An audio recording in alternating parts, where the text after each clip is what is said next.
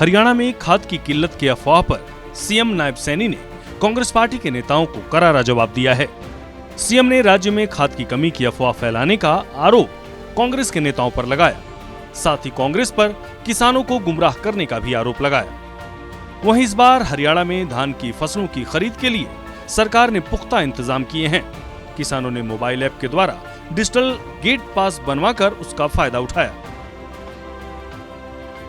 हरियाणा सरकार ने खरीफ फसलों की खरीद के लिए पुख्ता इंतजाम किए। 27 सितंबर से धान की खरीद एमएसपी पर शुरू की गई। कुछ मंडियों में धान की जल्दी आवाक होने के कारण हमने किसानों के हितों को ध्यान में रखते हुए एक सप्ताह पहले खरीद शुरू करने का फैसला किया। भारत सरकार के निर्देशानुसार फसलों की खरीद एमएसपी पर करनी सुनिश्चित की है। किसानों को इस बार मंडी गेट पर भी इंतजार नहीं करना पड़ा। इसके लिए हरियाणा राज्य कृषि विपणन बोर्ड ने मंडी गेट पर पास लेने के लिए एक नई व्यवस्था लागू की। इसका किसानों को बड़ा फायदा हुआ है।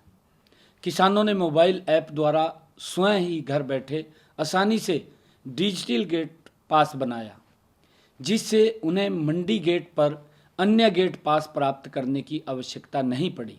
हमारी सरकार ने फसल का भुगतान के लिए भी संपूर्ण व्यवस्था बनाई।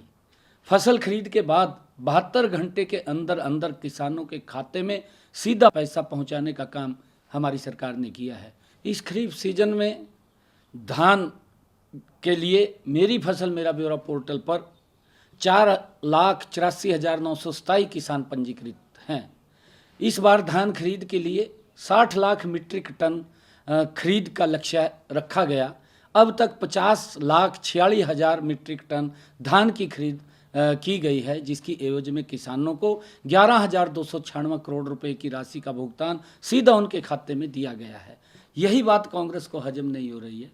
किसानों के हितों को दम भरने वाली कांग्रेस के लिए किसानों का नहीं बल्कि उनका अपना स्वार्थ सर्वोपरि है। हरियाणा में राइस मिलर्स की हड़ताल के बावजूद भी हरियाणा में धान की सरकारी खरीद सुचारू रूप से चलती रही। हरियाणा ने पंजाब से कई गुना अधिक धान की एमएसपी पर सरकारी खरीद कर किसानों को बड़ी राहत देने का काम हमारे हरियाणा के किसानों को किया है। अगर हम ध्यान करें, अन्य राज्यों में किसानों को एमएसपी पर फसलों की खरीद करवाने के लिए आंदोलन करना पड़ा।